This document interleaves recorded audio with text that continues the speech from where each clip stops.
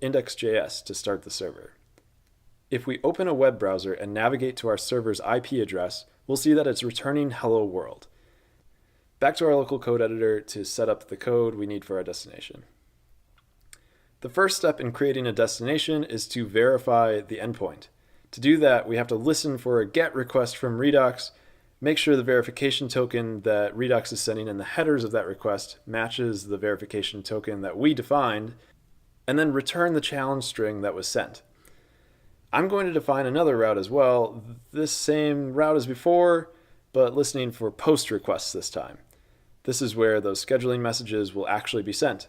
The scheduling message itself will be in the body of the request, so I'm just going to log the body and return.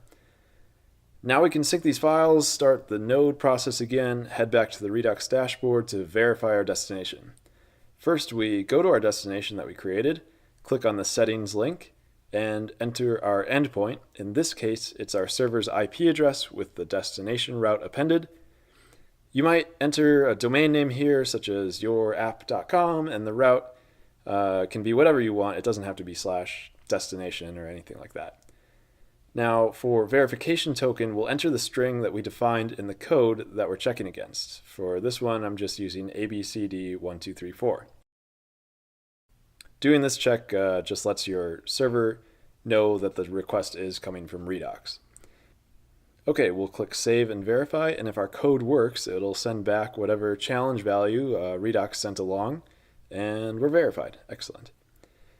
Now we can start sending sample scheduling messages to our destination that we just set up. To do that, we hop over to DevTools, and remember, we're still in our destinations page on the dashboard here, and select the scheduling data model, the new event type, pick some examples from the dropdowns, and the DevTools here generates a sample of what will be sent to your destination. So now if we hit Send Data Model and look back at our server, we'll see that we received this big JSON object from Redux, and that's the scheduling message.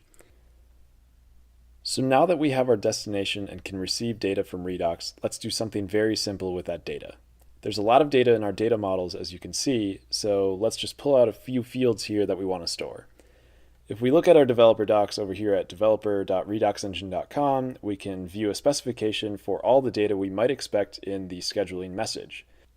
For today, let's just store patient name found in patient.demographics, some visit fields, and some visit.attending provider fields. We'll also store the entire patient.identifiers array. We'll need that later. Okay, so let's add a check to make sure this only happens when we receive a scheduling new message, and we'll use that lowDB to store the info we want to keep in a simple database. Just setting up the database here, have it use a file called db.json and write it to the appointments array. Great. I'm going to add one more route here, get/appointments, and have it return all the appointments we have in our database.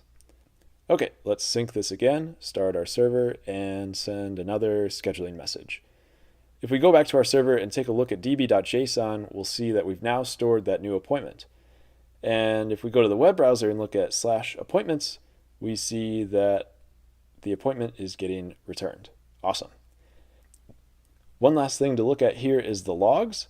For data sent to a destination, we call this the transmissions page.